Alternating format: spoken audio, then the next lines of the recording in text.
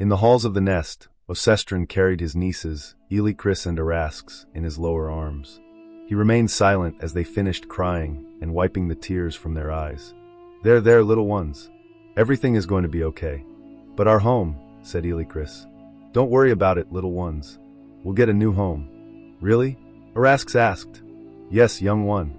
Ocestron softly poked the hatchling in between her glowing purple eyes. I just need to see how much we have for the journey. As he reached the end of the iron hallway, the vault gate opened. They gazed at 100 dormant pneumatrons, as well as numerous other tools and supplies on iron shelves.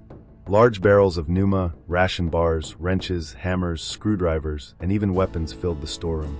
He observed the white orb-automatons and took a deep breath in frustration. His eyes shone brighter as they were made in the image of their abandoned god. Ocestron put his rage aside and exited the vault. Are you okay? Elicris asked. Ocestron wiped sweat from his face and replied, I'm fine, Ely. Just some raw emotions is all. I'll get past it. Are the robots bad? Erasks asked. No, they didn't do anything wrong. In fact, they'll be one of our most valuable allies going forward.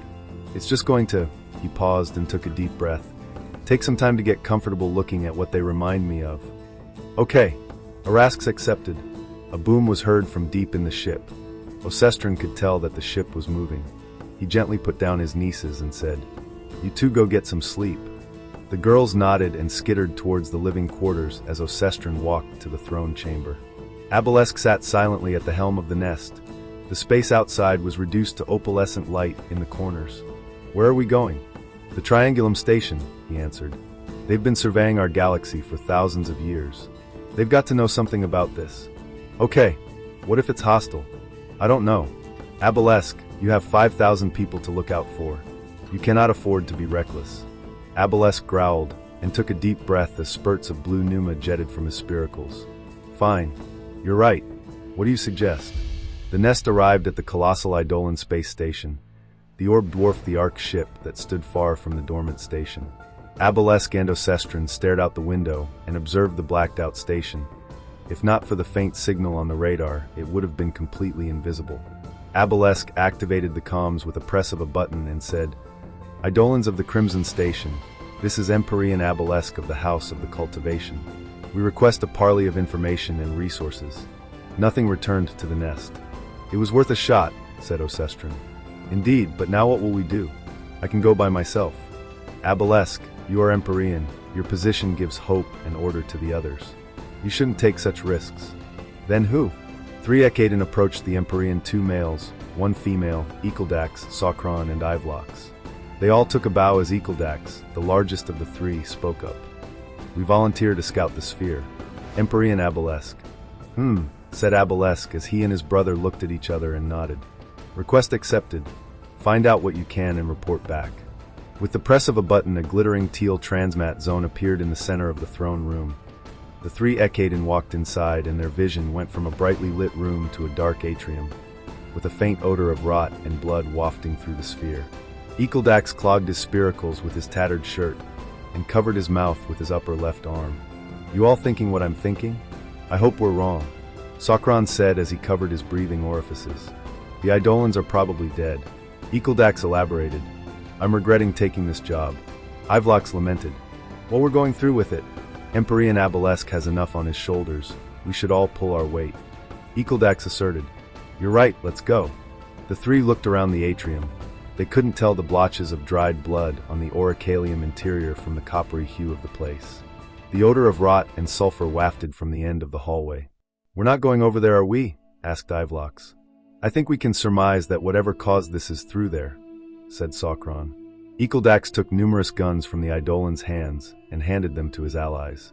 We have a job to do. Socron sighed and said, Eicheldax, this place had a population of 10,000. They had these same weapons and are dead on the floor. We should just go back and say that clearly something killed everyone. I know that, but we don't know why. We don't know why someone came and destroyed Ecaidin. Whoever did this might have answers. Eicheldax asserted, I think whatever did this isn't going to talk with us. We have to try now, come on. Heavy footsteps echoed through the atrium. The odor of death grew stronger as the 3 hid. One of the same monsters found on Ecaidin sauntered through the atrium.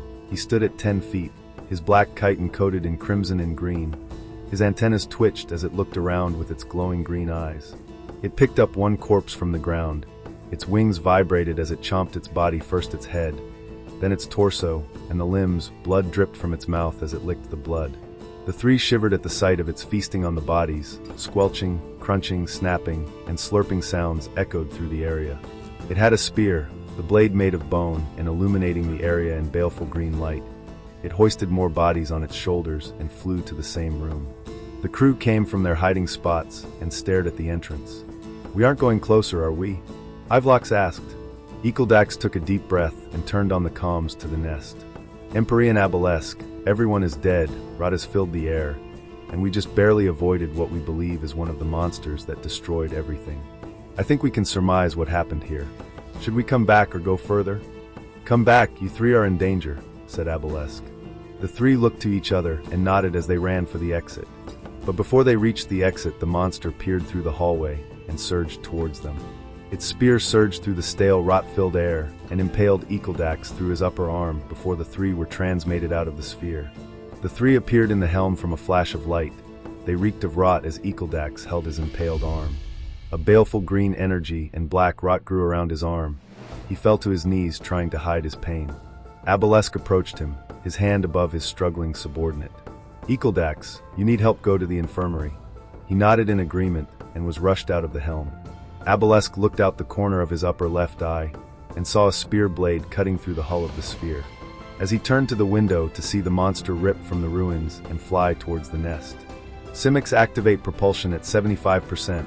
All non-combatants seal yourselves in a safe room, and those with me to battle stations." Abolesque ordered. His orders were like an instant signal that made everyone get to work.